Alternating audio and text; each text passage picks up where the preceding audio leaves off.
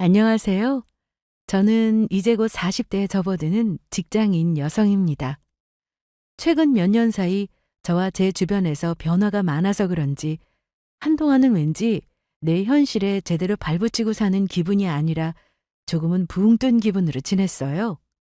사람 인생이야 어찌 자기가 계획한 대로만 흘러갈 수 있겠습니까마는 그럼에도 제 의지와는 다르게 제 의도와 전혀 다른 쪽으로 흘러가는 제 인생이 당혹스러운 마음은 어쩔 수 없더라고요. 저는 평범한 사고방식을 가진 그야말로 어디에서나 볼 수 있는 다분히 평범한 사람입니다.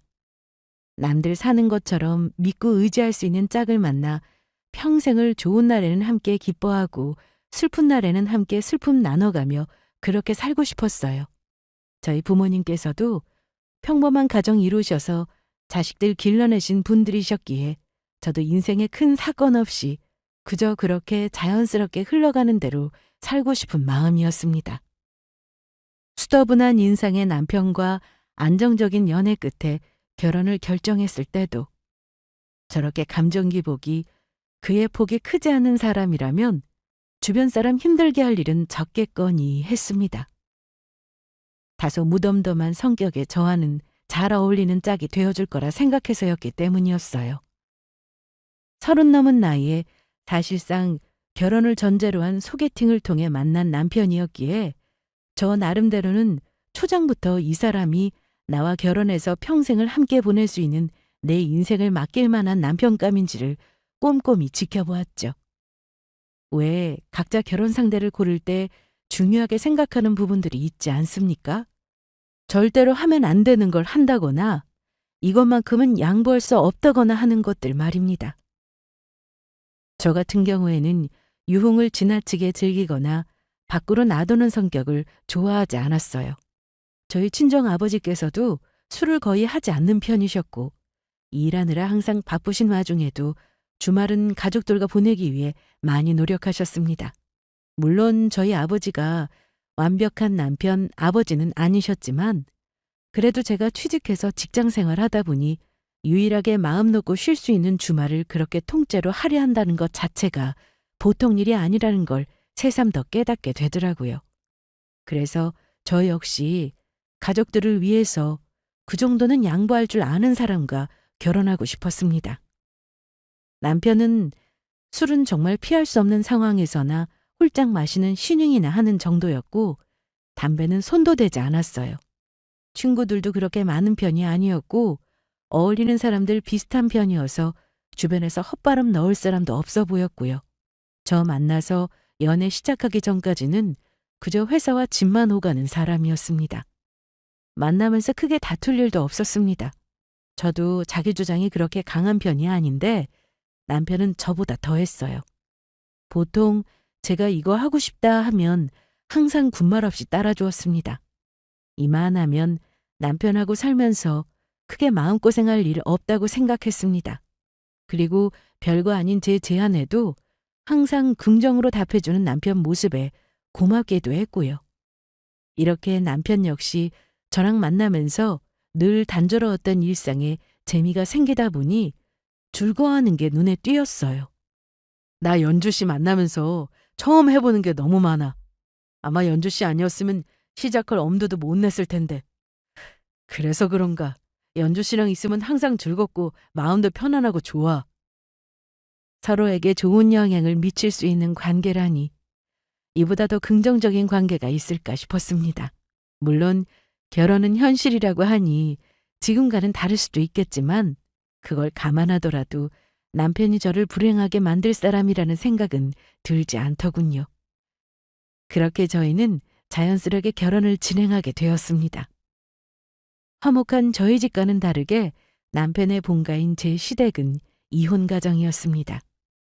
남편 고등학교 때 시어머니와 시아버지께서 이혼하셨다고 하더라고요. 원인은 시아버지의 도박 중독 때문이었습니다. 도박을 하셨다고?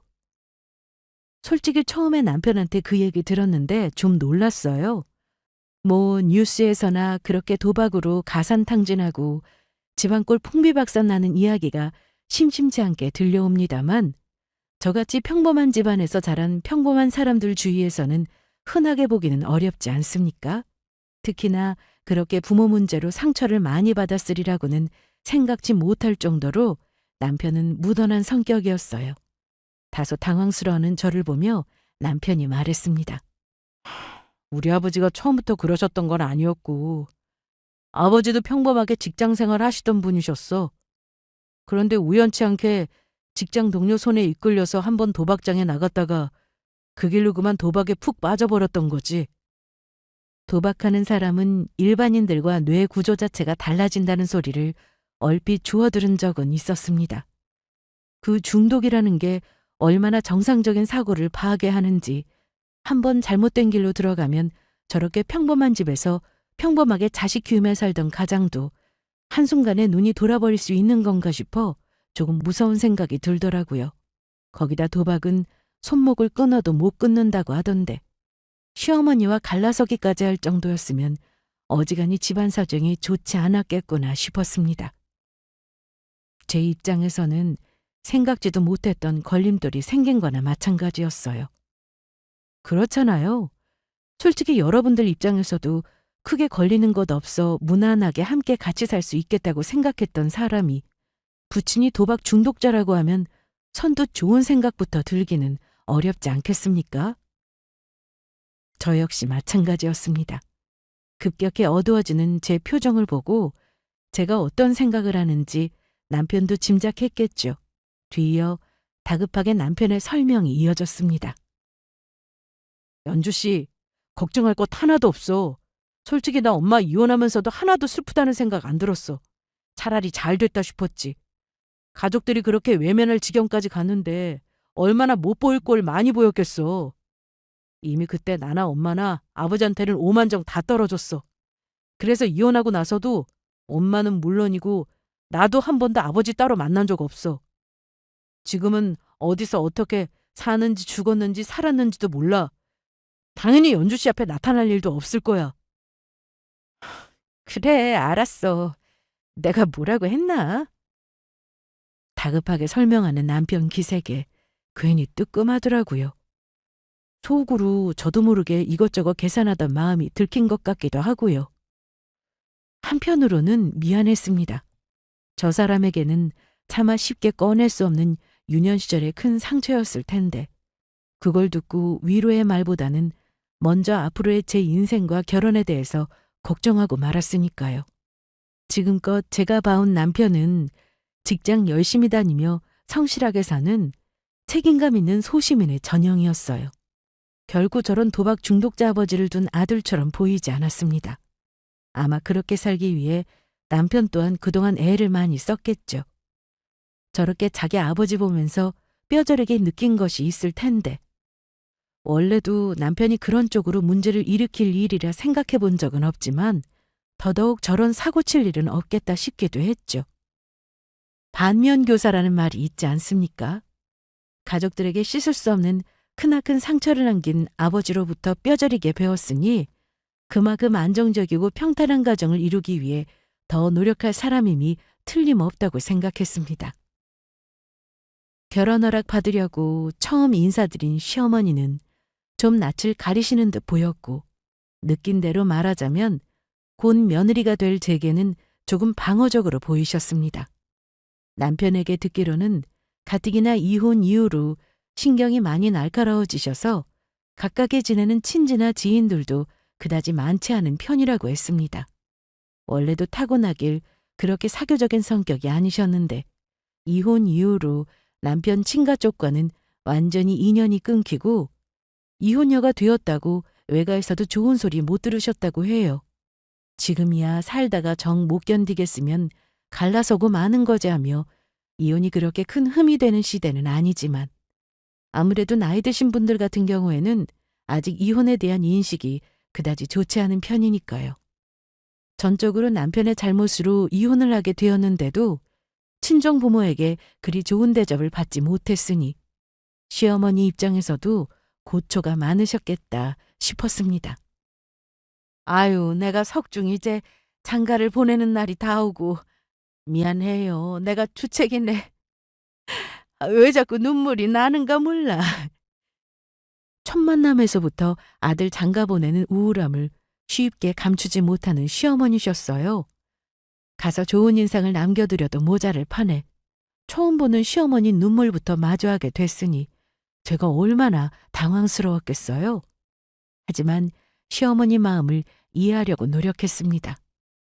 남편은 외아들이었어요. 시아버지가 도박 문제로 문제를 일으키기 시작한 게 남편 초등학교 고학년 무렵부터였다고 했으니 그때부터 남편 고등학생 때 이혼하기까지 10년 가까운 세월을 사고치는 도박 중독자 남편 때문에 속이 바짝바짝 탔을 시어머니셨어요.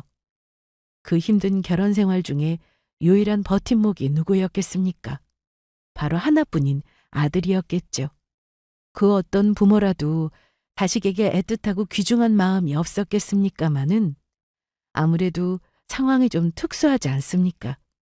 남편에게 기대지 못하는 몫만큼 아들에게 의지를 더 많이 하셨겠죠. 그런 아들이 제짝 찾아서 독립해 가정을 이루겠다고 하니 어머니 된 입장에서는 여러 가지 감상이 들 수도 있겠다 싶었습니다. 그렇다고 물론 속으로 걱정이 되지 않는 것은 아니겠죠. 왜 흔한 이야기지 않습니까? 남편이 남편 역할 제대로 못해서 아들에게 남편의 역할까지 투영하는 외로운 어머니들에 대한 이야기 말입니다. 그런 시어머니들일수록 며느리를 자신에게서 아들 빼앗아가는 적으로 여기고 시집살이 시킨다는 소리 들어보신 적 있으시죠? 물론 첫인상으로는 그리 강해 보이지는 않는 시어머니가 제게 그렇게 표독스럽게 굴겠나 싶은 생각은 들었으나 한 번 본 사람을 어찌 알겠습니까? 하지만 남편이나 시어머니나 그래도 자기들이 남들 눈에 어찌 보일지 정도는 모르지 않는 것 같았습니다.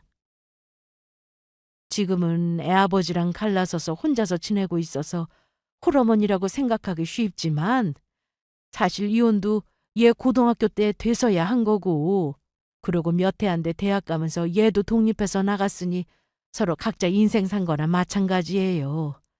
나 아들 하나 있다고 아들한테만 내 인생 전부 거는 사람 아니니까 미리부터 너무 겁먹을 거 없어요? 그래, 우리 엄마 절대로 그런 분 아니셔. 본인들이 먼저 뜨끔해서 저렇게 말씀하시는데 설마 하니 방금 내가 머릿속으로 그려본 그 막장에 가까운 상황이 내 현실이 될 거라고는 생각하지 않았습니다.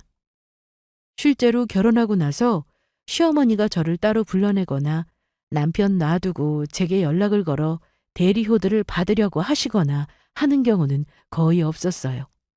오히려 결혼한 이후인데도 저와는 거의 교류할 마음이 없어 보이셔서 도리어 조금 서운하게 생각될 지경이었습니다.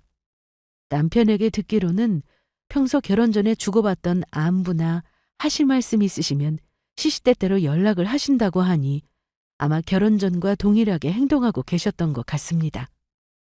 결혼한 지 얼마 안 돼서 제 결혼식 참석해준 친구들에게 감사 인사를 전하려고 오랜만에 만난 자리에서 제가 이런 얘기를 하니까 결혼한 친구들이 하나같이 부러운 티를 숨기지 못하더군요. 얘 진짜 시집 잘 갔다. 너 요새 며느리들이 가장 좋은 시댁이 뭔 줄 알아? 서로 있는 듯 없는 듯 생사만 확인하면서 살아주는 거야. 너 진짜 로또 맞았네. 그러니까. 우리 어머님은 당신 아들내미한테는 찍소리도 못하면서 꼭 나한테 전화해서 싫은 소리는 있는 대로 다 하신다니까. 부럽다 얘. 솔직히 저는 시어머니가 저를 마음에 차지하나 하셔서 거리를 두시는 게 아닌가 싶은 마음에 조금 섭섭하다는 생각도 했거든요. 그런 제 고민은 다른 결혼한 친구들 앞에서 꺼내보지도 못했습니다. 친구들이 겪고 있는 일과는 정반대의 고민을 하고 있는 제 얘기를 꺼냈다가는 도리어 눈치 없이 잘난 척하는 걸로 보이겠다 싶더라고요. 그리고 다소 사이가 서먹해서 그렇지 제가 시어머니 때문에 감정 상할 일을 겪은 것도 아니었고요. 그래, 남들은 가지지 못해 아쉬워하는 성격의 시어머니인데 저도 여기에 적응해야겠다고 생각했죠. 그렇게 생각하니 마음이 한결 편했습니다. 그리고 결혼했다고 해서 시댁 문제로 신경 쓸 일이 거의 없다 보니 솔직히 몸이 편하기도 하더라고요. 심지어 처음 저희 집들이 할 때 외에는 아들 내외 신혼집에 발걸음도 하지 않으시는 시어머니셨습니다. 아무리 어른이 제게 이렇게 연락을 걸어오시지 않는다고 해서 저까지 너무 모른 척하고 있는 건 예의가 아니다 싶어서 제 쪽에서 먼저 안부 전화를 드릴 때는 있었습니다. 저도 말주변이 그리 좋은 편이 아니고 시어머니도 제가 안부를 묻는 말에 딱히 물으시는 거 없이 단답으로 대화가 끊기곤 했기 때문에 통화라고 해봤자 간신히 몇 분을 채우는 게 고작이었습니다. 그렇게 몇 년은 별 문제 없이 나름대로 잘 지냈습니다. 남편이나 저나 하던 일이 있으니 각자 직장 생활만으로도 바빴고 아이 계획도 촉박하게 잡아놓은 게 아니어서 자연스럽게 먼저 찾아와 주면 찾아와 주는 대로 감사하게 생각하기로 했죠. 결혼한 지 3년 차가 되었는데도 아직까지 아이 소식이 들려오지 않는 게 조금 신경이 쓰이긴 했으나 그 외에도 별다를 것 없이 평온한 일상이었습니다. 시어머니와는 여전히 다소 대면대면하기는 해도 그만큼 서로 거리두며 조심하며 지냈기 때문에 크게 감정 상할 만한 일도 없었고요. 처음에는 다소 신경이 쓰였던 이러한 관계도 지내다 보니 나쁘지 않다는 생각이 들었습니다. 친구들 말 맞다나 시어머니가 못살게 굴어 서로 원수만도 못한 사이가 되는 것보다야 다소 거리감 느껴지더라도 이렇게 서로 선 지키는 사이가 훨씬 낫다 싶더라고요. 평온하던 제 일상에 금이 가기 시작했다고 느꼈던 건 다름 아닌 남편의 이상행동 때문이었습니다. 남편이 몇 번 자기 나름대로 비자금을 만들려고 하다가 저한테 걸린 적이 있었거든요. 뭐 그 심정은 이해를 합니다. 저도 사회생활하는 사람이다 보니 자잘하게 이것저것 돈 들어갈 일은 항상 생겼으니까요. 비자금을 만들고 싶어 했던 생각까지는 조금 괘씸하긴 해도 이해하지 못할 것은 아니었습니다. 하지만 그럴 것 같으면 저한테 들키지 말고 깔끔하게 처리를 하든가 꼭 허술하게 행동해서 제게 덜미를 잡히고 마는 남편이었어요. 처음에는 몇 번은 눈 감아주다가 그 짓을 계속하길래 괘씸한 마음에 찾아낸 비상금을 남편 눈앞에 들이밀었더니 놀라기도 하고 창피하기도 했는지 얼굴이 시뻘개지는 남편이었습니다. 여보, 그게 아니라 내가 좀 이러지 말라고 했지? 필요하면 얘기를 하면 되잖아. 나도 딴 주머니 안 차는데 당신 자꾸 이러는 거 솔직히 나 기분 상해. 그 후로도 몇 번 더 어설픈 남편의 시도가 이어졌고 그게 다툼으로 이어지는 일도 여러 차례 있었죠. 저라고 딴 주머니 차고 싶은 생각이 아예 들지 않았겠습니까? 하지만 어찌되었든 결혼했으면 저는 부부는 운명 공동체라고 생각했고 거기에는 경제적인 부분도 예외는 아니었어요. 저는 결혼 이후부터 제 경제 상황을 남편과 공유하고 가진 것 투명하게 다 공개해서 부부로서 서로 믿음을 주기 위해 노력했습니다. 사람이 가는 게 있으면 오는 게 있어야 하지 않습니까? 제가 이렇게 노력을 했으면 남편도 그래야 하는 게 맞는 거 아니에요? 하지만 저와는 다르게 이렇게 슬금슬금 뒷주머니 차려는 남편에게 실망스러웠습니다. 하지만 이것도 제가 마지막으로 정말 크게 화를 한번 낸 이후로는 잠잠해져서 한동안 집안에 별일 없이 평온한 나날이 이어지고 있었습니다. 보통 남편 출근 시간이 저보다 조금 이른 편이었기에 그날도 아침에 먼저 나간 남편과 하루 잘 보내자고 인사를 하고 일한다고 바빴어요. 그날은 부하 직원이 업무 중 저지른 실수 때문에 예상에 없었던 외근이 갑작스럽게 잡혔습니다. 보통 남편과 아침에 간단하게 아침 식사하면서 그날 회사에 무슨 일이 있을지 혹시 멀리 나가게 될 일이 있다면 항상 미리 얘기를 했거든요. 남편도 저도 원래 그날 외근은 예정이 없었습니다. 그러니까 제가 외근 나간 지점 바로 앞에서 남편과 우연히 맞닥뜨렸을 때 놀란 건 당연한 일이었어요. 당신 이 시간에 무슨 일이야? 나 회사에 이슈 터져서. 당신은? 아, 나도 갑자기 외부에 일이 생겨서. 이런 우연이 다 있네. 밖에서 보니까 더 반갑다. 남편은 타고나길 거짓말에 재능 있는 사람이 아니었어요. 평소보다 과장된 행동도 수상하기 짝이 없었죠. 남편 말대로 정말 갑자기 회사 일 때문에 외근하게 된 거면 제 얼굴을 보고 저리 당황할 이유가 있나 싶었습니다. 하지만 일이 급박해 일단 수상한 남편 태도는 넘기고 말았죠. 그렇다고 해서 제 의심이 가시지는 않았습니다. 그날 퇴근하고 나서 들어온 남편을 슬쩍 떠보았어요. 당신 원래 외근 잘 안 나가는 업무였잖아. 요새 회사에 무슨 일 있어? 이 일은 무슨. 그냥 회사 일 하다 보면 이런 일도 생기고 저런 일도 생기고 하는 거지. 당신도 회사 일 해봤잖아. 분명 무슨 일이 있긴 있구나 싶었습니다. 남편의 저 어색하기 짝이 없는 행동이 그걸 증명하고 있었죠. 그 이후로도 며칠간 제가 회사 이야기를 꺼내려고 하면 눈에 띄게 당황하는 모습을 보이는 남편이었어요. 한번 의심스러워지기 시작하니 이상한 게 한두 가지가 아니었습니다. 솔직히 이게 잘하는 짓이라고 생각되진 않았습니다.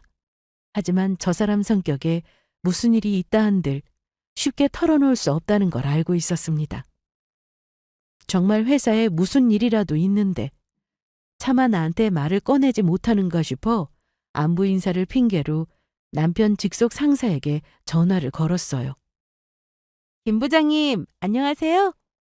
안과장 와이프분께서 어쩐 일로? 안부차 연락 한번 드려봤어요. 잘 지내시죠? 나야 잘 지내죠. 그러고 보니 안과장은 어쩌고 있나?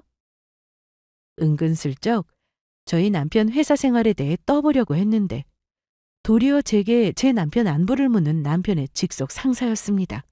아니, 출근해서 만날 보는 사람 안부를 저한테 물을 일이 뭐가 있어요? 그렇게 남편은 직속 상사로부터 듣게 된 말은 충격 그 자체였어요. 회사에서 퇴근했다며 집으로 돌아오는 남편을 아무 말도 없이 빤히 쳐다보았습니다. 여보, 왜 그래? 무슨 일 있어? 걱정하는 남편 말에도 대꾸 한마디 하지 않는 저를 보고 남편이 제 발이 저려서 횡설수설 말을 늘어놓기 시작했어요. 당신 어디 안 좋아? 안 좋은 줄 알았으면 나한테 전화를 하지.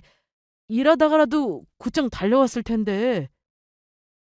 기가 차서 허탈하게 웃음을 터뜨리는 저를 보고 남편이 흠칫했습니다. 당신 지금까지 어디 있다 왔어? 어디 있긴. 회사. 내가 당신 상사한테 무슨 소리를 들었는데? 회사! 그 말에 남편 얼굴에서 핏기가 싹 가셨습니다.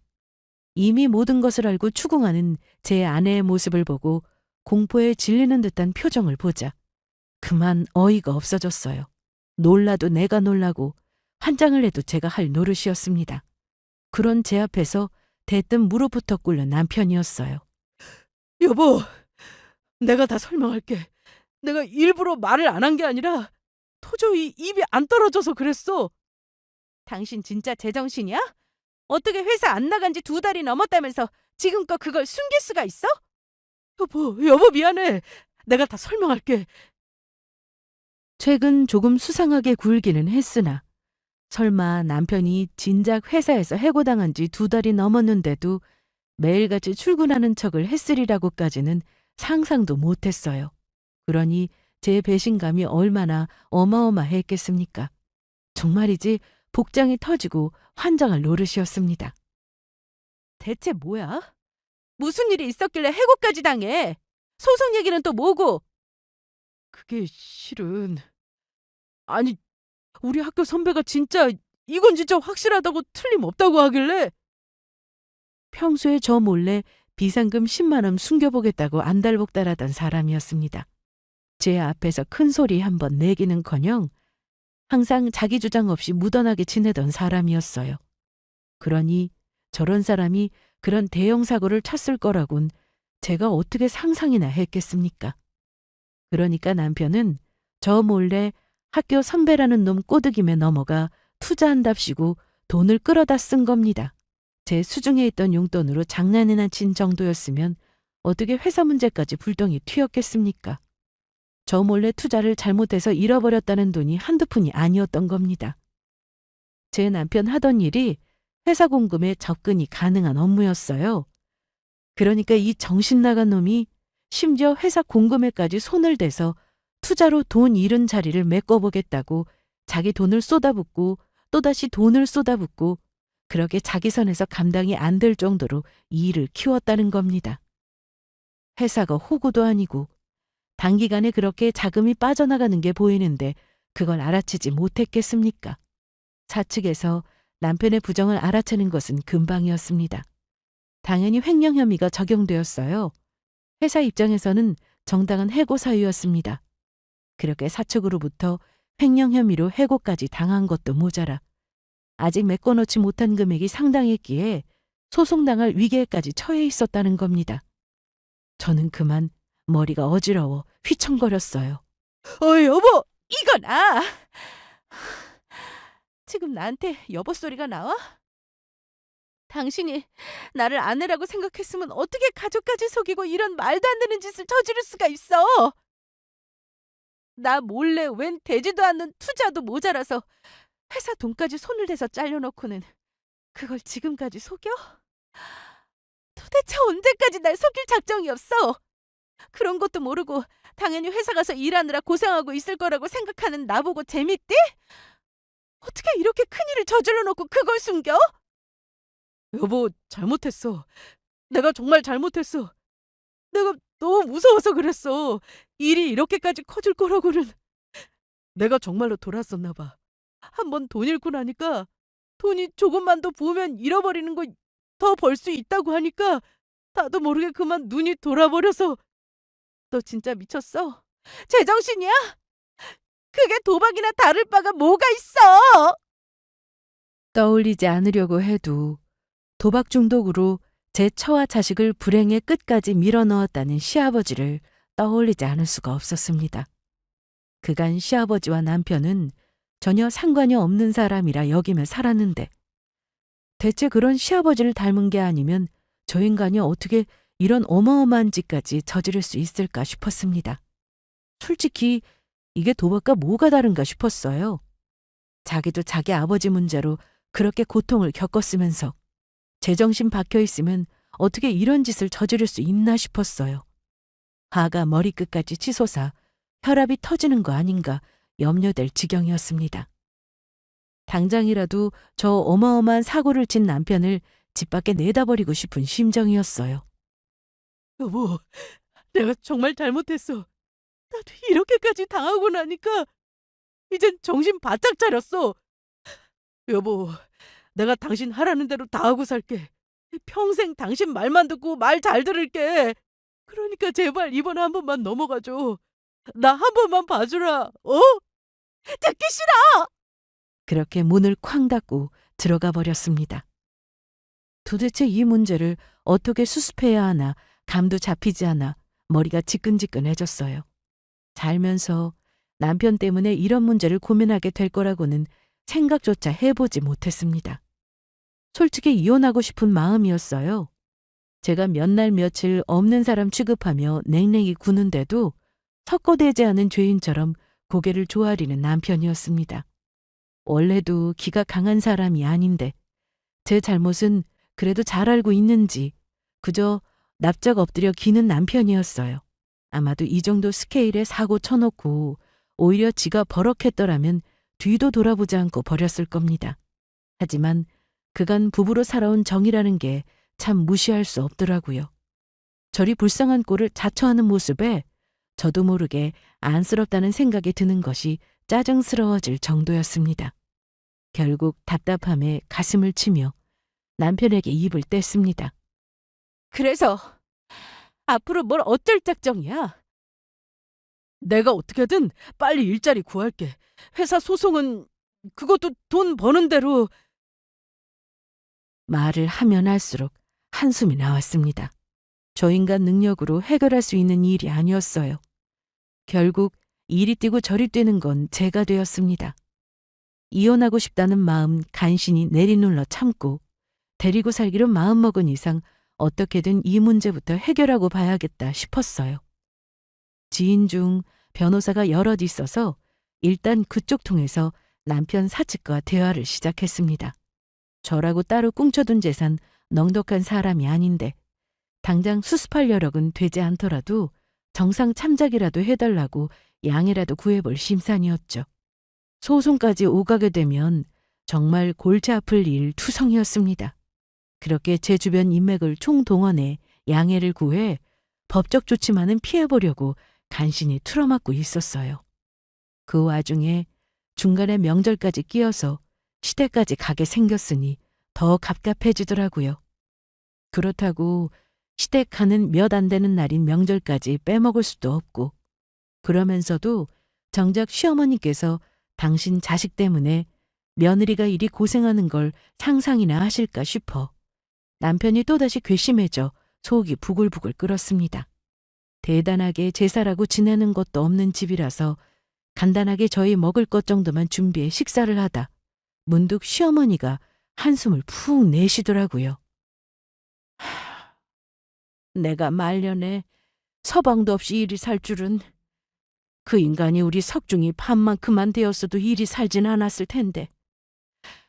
나도 너처럼 저렇게 수더분한 신랑 만났으면 좋았을 것을.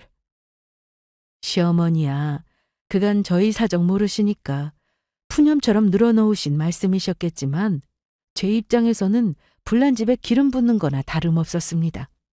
묻어난 남편 때문에 잘 살아요?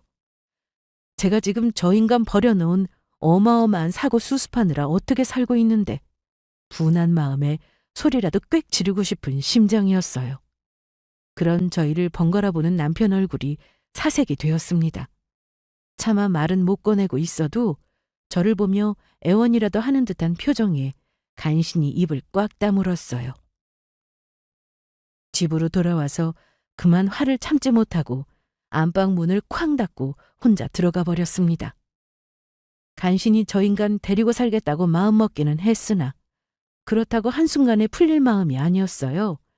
아직까지는 도저히 저 인간과 한 침대에서 편안하게 자지는 못하겠더라고요. 다음 날부터 남편이 제 아침밥상을 차려내기 시작했습니다. 뭐야 이거?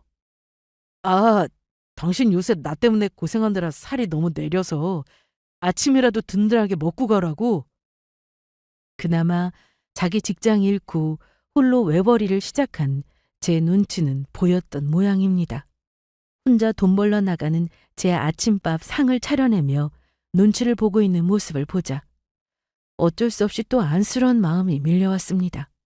스스로 내 팔자가 더 안쓰러움을 머리로는 알고 있으면서도 또 저러는 모습을 보니까 어쩔 수 없이 드는 생각에 나도 참 내 팔자 내가 꼰다 싶었죠. 하지만 저 인간도 어떻게든 사이 풀어보겠다고 저리 노력을 하는데 그것까지 외면은 할 수 없어 결국 아침 밥상을 다 비우고 일어섰어요. 그렇게 그날부터 남편의 아침 밥상 대령이 이어졌어요. 저도 사람인지라 아침 시간에 정성껏 제 밥상 준비해서 함께 먹고 남편이랑 조금씩 대화하기 시작하니 머리 끝까지 차올랐던 분노도 차츰 사그라지기 시작했습니다.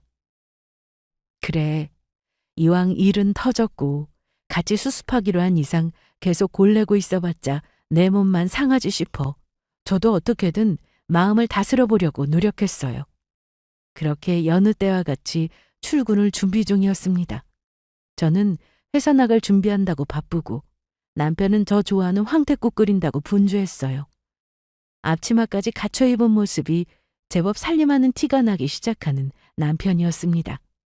그때였어요. 이 시간에 누구래? 초인종 소리엔 누군가 싶었는데 현관에서부터 우당탕 소리가 들려왔습니다. 엄마! 한 번을 저희 집에 안 들리시던 시어머니가 이 바쁜 출근 시간에 무슨 일이신가 싶었어요. 방 밖으로 나가자 아들 차림새를 보며 분해서 시근덕거리는 시어머니와 눈이 딱 마주쳤습니다. 어머니, 이 시간에 어쩐 일이세요? 어쩐 일? 어쩐 일? 전에 본 적 없이 사나운 태도로 제게 달려온 시어머니가 그대로 손바닥을 높이 쳐들고 제 뺨을 내리쳤어요.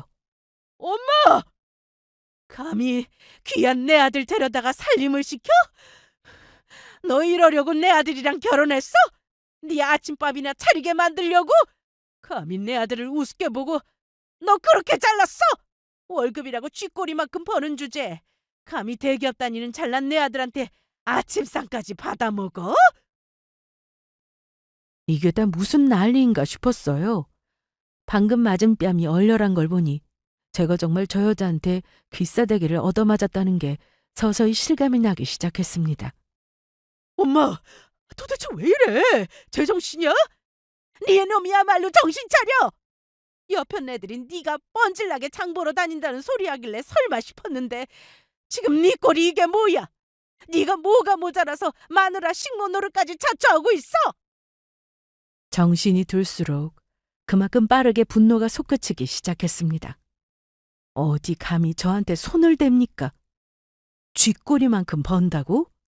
그러는 제 아들은 돈 한 푼 못 벌어오는 것도 모자라 집안에 빚까지 지게 만들게 생겼는데 그거 맞겠다고 내가 지금 무슨 심정으로 사방으로 뛰어다니고 있는데 그런 저를 감히 이따위로 대한단 말입니까? 대기업? 대기업은 무슨 내 인생에 기생해서 마누라 등골 뽑아먹는 것도 모자라 내 눈치나 보고 빌빌거리는 놈을 안 버리고 데리고 살아주는 것만 해도 감사할 판에 감히 나를 쳐? 당신이 뭔데? 이게 정말 미쳤나? 엄마 그만해. 엄마 정말 미쳤어. 저도 저지만 남편도 만만치 않게 날뛰더군요. 어떻게 그러지 않을 수 있겠습니까? 제 경악할 사건을 저지른 것도 모자라 이제야 간신히 이혼당할 위기를 넘긴 남편이었습니다. 어디 그뿐인가요? 남편이 벌인 사고 뒤치다거리 한다고 정작 애는 저 혼자 다 먹고 있었어요. 저 아니었으면 이혼당하는 것은 물론이거니와 당장 길바닥에 나앉아 빚쟁이에 쫓길 처진 남편이었습니다. 그 생각에 제 앞에서 저리 쥐죽은 듯 납작 엎드리고 있었을 텐데 제 모친이 이리 패악을 부렸으니 자기도 당황했겠죠. 지금 나 저 사람 때문에 간신히 버티고 있는 거야. 저 사람이 내 은인이나 마찬가지라고. 뭐? 너 그게 무슨 소리야? 그렇게 다급하게 그간의 일을 설명하는 남편 입을 통해 그동안의 모든 전말을 듣게 된 시모였습니다. 남편 말이 이어질수록 시모의 얼굴도 아주 볼만하게 변해갔어요. 제 아들이지만 들으면 들을수록 가관이었겠죠. 제가 그러했듯이 아마 그 여자도 자기 아들이 이 정도 스케일의 사고를 칠 인간이라는 것을 예상조차 하지 못했을 테니까요. 사안을 들으면 들을수록 보통 일이 아니라는 생각이 들었을 겁니다. 엄마가 이 사람한테 이렇게 하면 어떡해? 내가 이 사람 얼굴을 어떻게 보라고? 모자가 그 푸닥거리하는 꼴을 보고 있자니 그만 지금껏 제가 나름대로 노력한다고 이리 뛰고 저리 뛰었던 것이 허무하게 느껴졌습니다. 지금 제 편을 들며 저리 날뛰고 있긴 하지만 사실 이 모든 사달의 원인을 제공한 건 바로 저 남편 놈이 아닙니까? 애초에 제가 저놈 아니었다면 저 못난 놈도 귀한 자식이라고 아침 해다 바치게 만들었다며 시모라는 여자한테 아침 대바람부터 뺨 맞는 수모 당할 일이 어디 있었겠습니까? 이 꼴까지 당하고 나서야 제정신이 들었어요. 아이고 아가, 내가 미안하다. 내 새끼 앞치마까지 두르고 있는 꼴을 보니 내가 그만 눈이 돌아서 네가 쟤 때문에 이렇게 고생하고 있는 줄 알았으면 내가 미쳤다고 너한테 손을 댔겠어. 여보, 여보 괜찮아?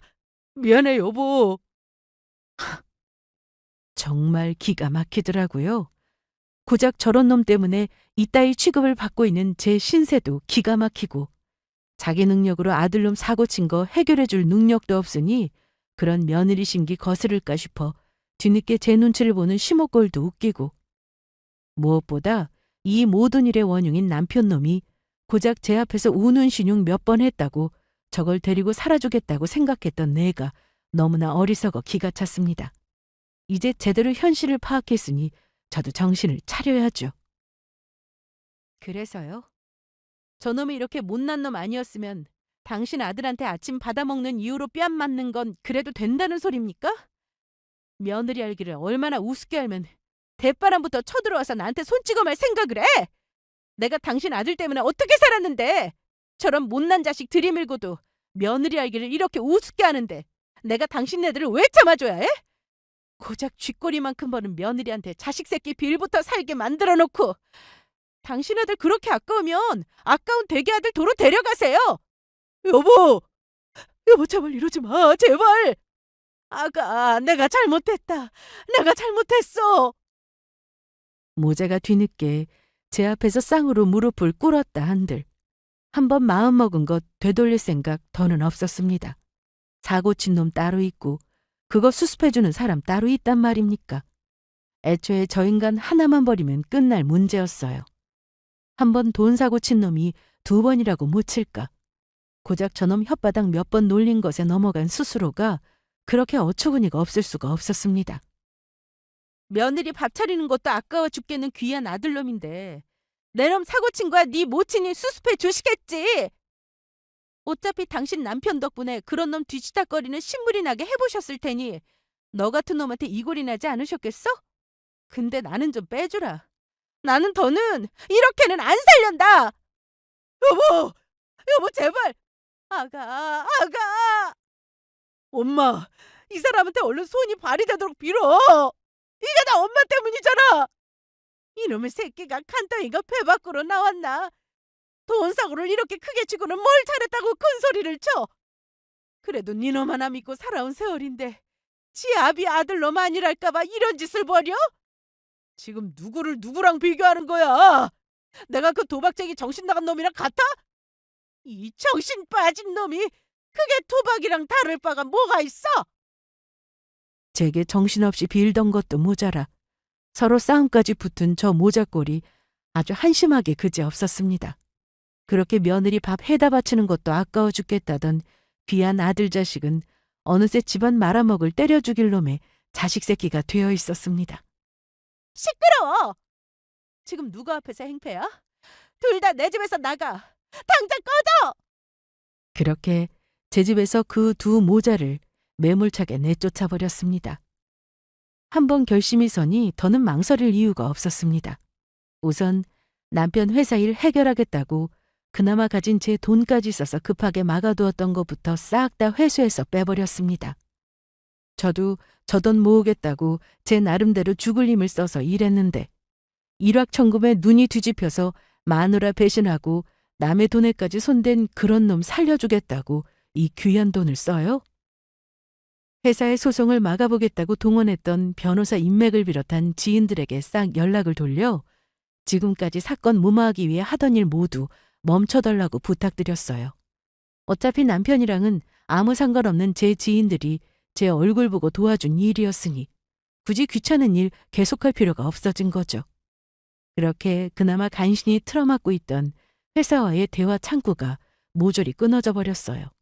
그 사달을 내놓고 책임은 회피한 채 마누라 등 뒤에 숨어 빌빌대던 남편 놈이었습니다. 이제 정말로 발등에 불이 떨어진 건 이 모든 일을 벌인 남편 놈이었죠.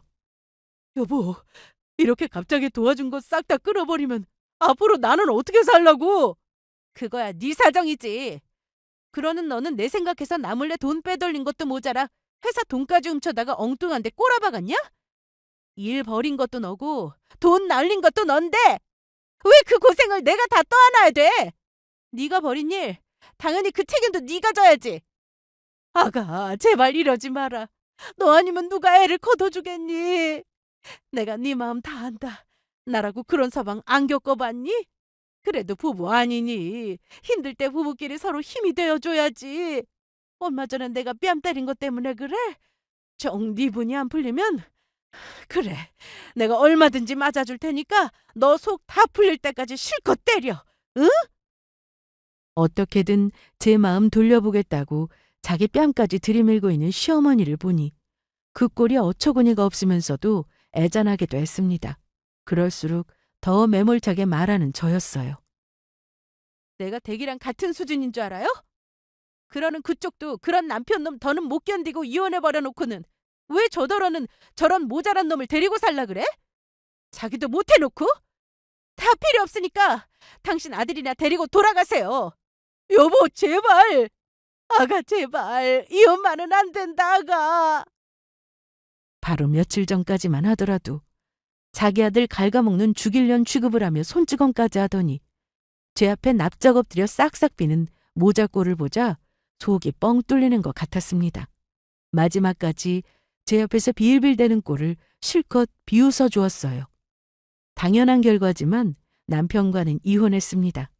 이미 남편 회사 문제로 가족들과 제 지인들에게까지 아름아름 저희 부부 사정이 알려져 있었기에 제 이혼 소식에 다들 뛸 듯이 환영해 주었습니다. 특히 저희 친정 부모님께서는 제게 칭찬까지 해주실 정도였습니다. 잘했다. 네가 뭐가 부족해서 그런 놈 뒤치다거리 해가며 그 모자란 놈을 데리고 살아? 그런 놈하고 살 바에는 갈라서는 게 100번 나아. 암만 요새 세상에 이혼이 뭐 그리 큰 흠이라고? 내 새끼 마음고생 몸고생하며 돈까지 이런 것보다 훨씬 잘 된 일이지. 유일한 동아줄인 저를 잃었으니 전 남편과 시댁화세가 급격히 기운 건 말할 필요도 없었습니다. 이혼하고 시일이 좀 흐른 후에 경찰로 일하고 있는 한 지인으로부터 전 남편 소식을 전해들을 수 있었습니다. 불법 게임장에서 푼돈 걸다 현장 검거 나온 경찰에게 걸렸다고요. 어차피 돈도 없어서 워낙 푼돈이라 훈방 조치되었다고는 하나 이혼 후 놈이 어찌 살고 있는지는 그것만으로도 충분히 알 수 있었습니다. 그때 빨리 발 뺀 것이 천운이다 싶었죠. 제 아비를 보고도 저렇게밖에 못 사는 놈이라니 불쌍하다면 불쌍한 인생이었습니다. 그런 인간과는 영원히 안녕을 고하고 저는 이제 일상으로 돌아와 제 인생 잘 살고 있습니다. 가정생활에 최선을 다하려고 노력했으나 그럴 가치가 없는 사람이라면 정리하는 게 맞죠. 제 나름대로는 할 만큼 했다고 생각하니 아쉬움이 남지 않아요. 그러면 안 되는 것은 안 되는 것으로 남겨두고 제 길을 나아가야죠. 제 사연은 여기까지입니다. 들어주신 여러분 감사합니다.